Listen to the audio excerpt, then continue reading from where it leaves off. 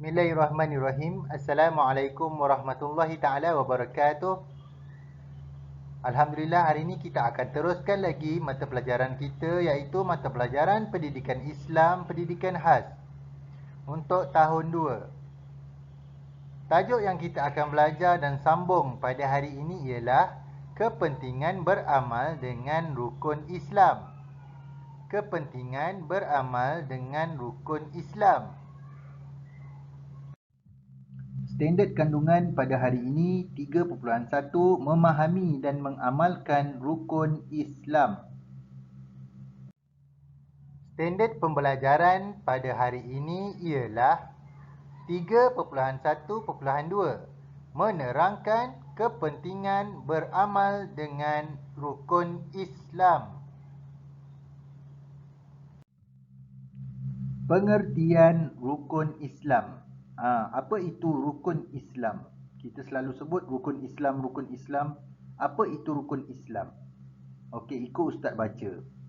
Rukun Islam ialah perkara asas yang wajib dilakukan oleh orang Islam. Lagi sekali, rukun Islam ialah perkara asas yang wajib dilakukan oleh orang Islam.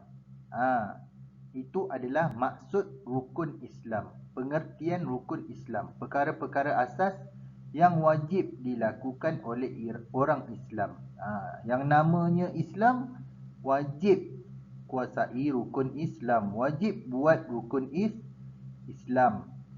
Rukun Islam ada 5 perkara. Ingat, rukun Islam ada 5 perkara. Kepentingan beramal dengan rukun Islam. Baiklah, selepas ni kita akan tengok dan kita akan belajar tentang betapa pentingnya untuk kita mengamalkan rukun Islam. Kepentingan beramal dengan rukun Islam. Okey, yang Ustaz tunjukkan pada kamu yang kita akan belajar pada hari ini ada 6 perkara. Apakah kepentingan sekiranya kita mengamalkan rukun Islam? Yang pertama, iman bertambah.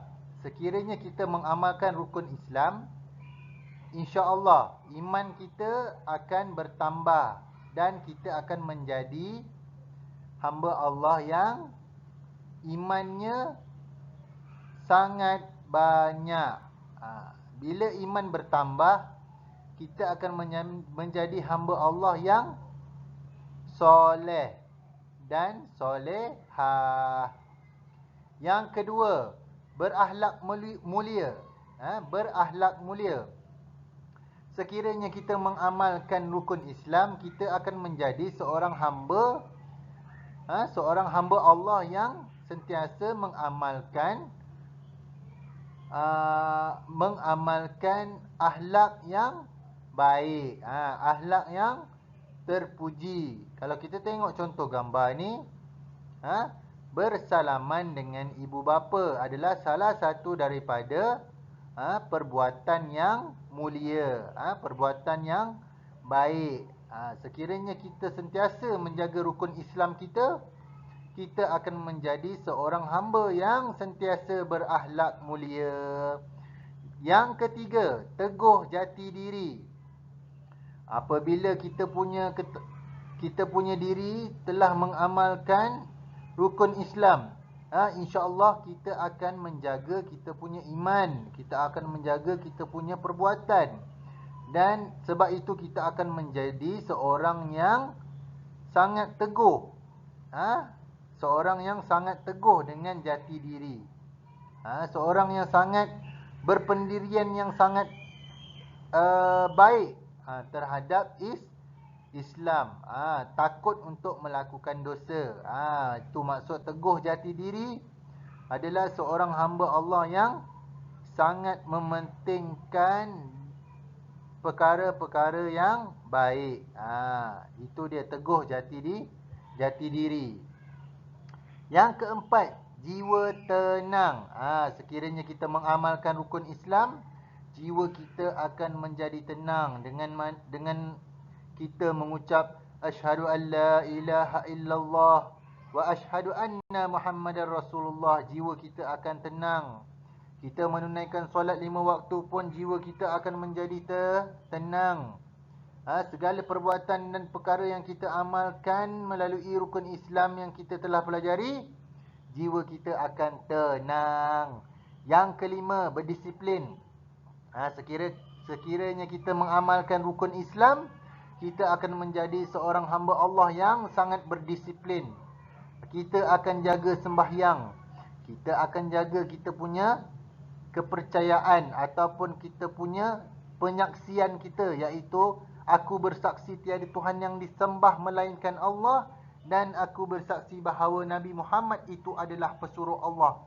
Kita akan menjadi orang yang berdisiplin, yang takut akan dosa dan akan sentiasa melakukan pahala. Dan yang keenam, bertanggungjawab. Sekiranya kita mengamalkan dan kita beramal dengan rukun Islam, kita akan menjadi seorang yang bertanggungjawab. Kita akan menjaga amanah dengan betul. Kita akan sentiasa menghormati orang tua.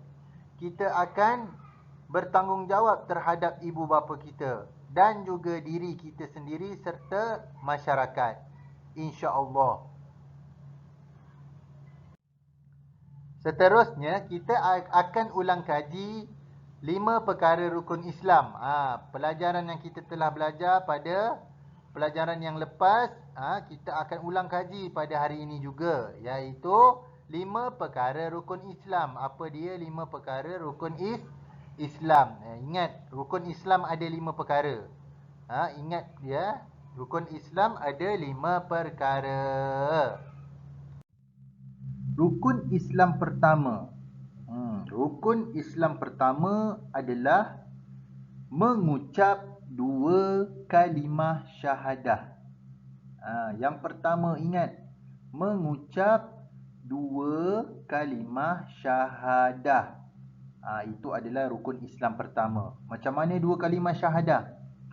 Asyhadu an la ilaha illallah wa asyhadu anna Muhammadar Rasulullah. Maksudnya, aku bersaksi bahawa tiada Tuhan yang disembah melainkan Allah, dan aku bersaksi bahawa Nabi Muhammad itu pesuruh Allah. Ini adalah lafaz 2 kalimah syahadah. Kalau kita tengok dalam gambar ni, orang ni nak masuk Islam, dia mengucap 2 kalimah syahadah, angkat tangan kanan dengan menunjukkan satu jari, bermaksud mengesakan Allah, tidak menyekutukan Allah, tidak menyekutukan Allah, tidak menduakan Allah. Nak masuk Islam mestilah mengucap 2 kalimah syahadah. Orang Islam wajib mengucap 2 kalimah syahadah.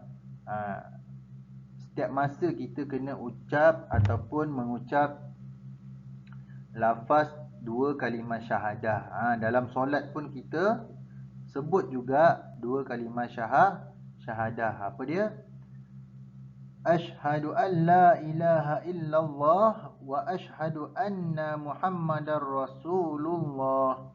Aku bersaksi bahawa tiada Tuhan yang disembah melainkan Allah, dan aku bersaksi bahawa Nabi Muhammad itu pesuruh Allah. Okey, ini adalah rukun Islam pertama.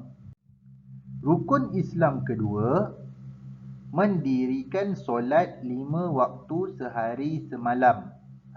Mendirikan solat. Wajib kita solat.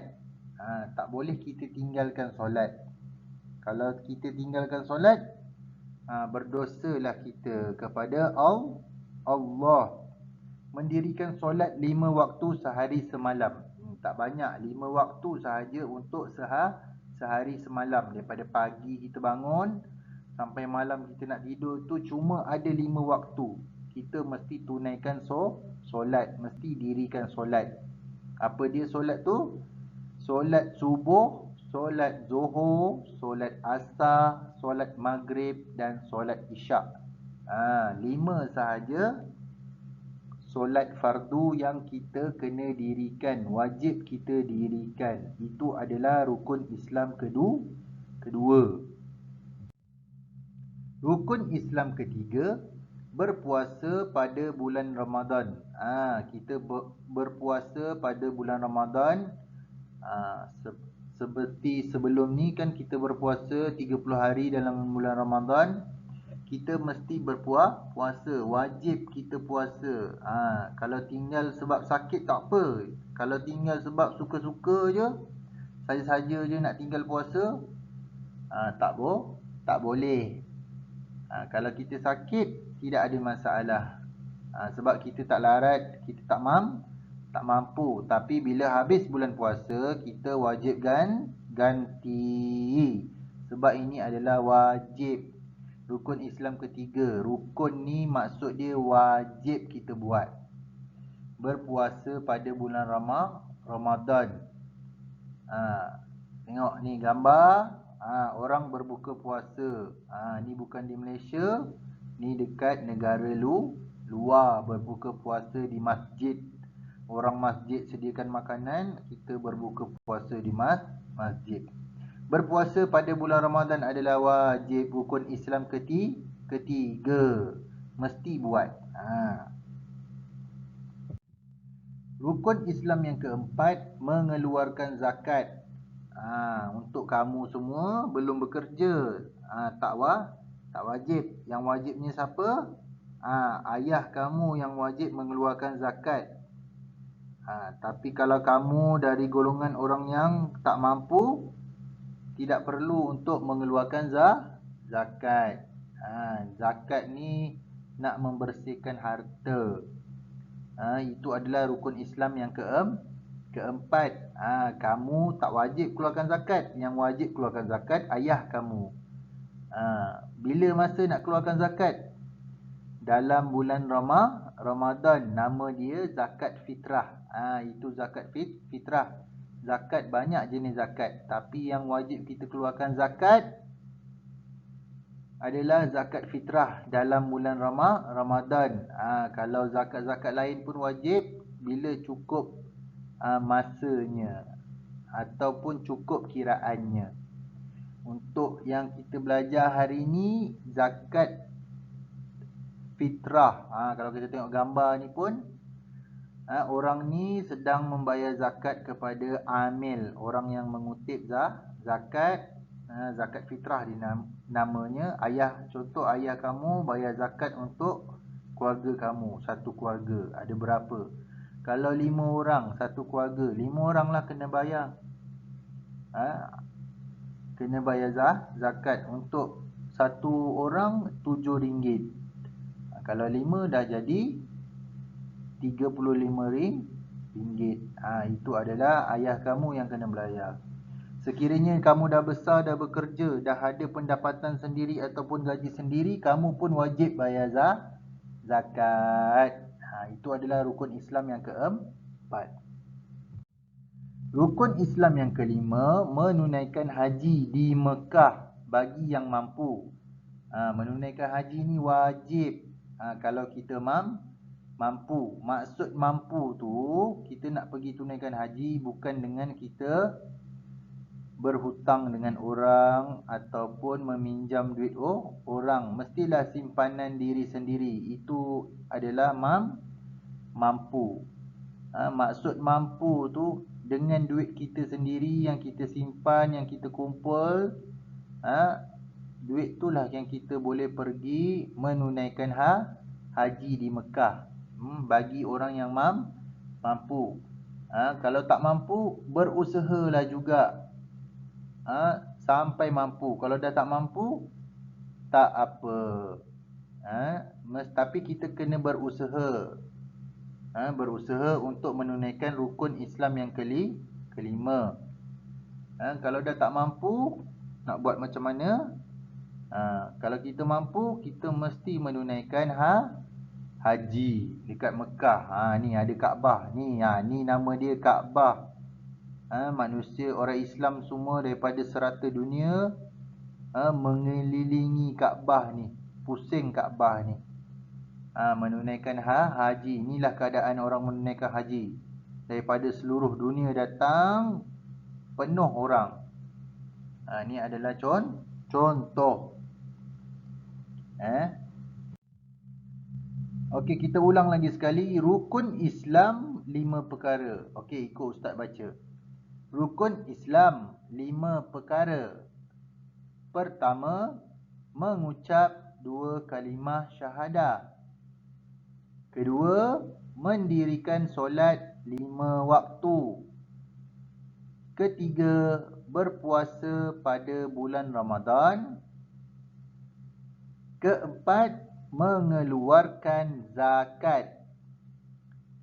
Kelima, menunaikan haji di Mekah bagi yang mampu.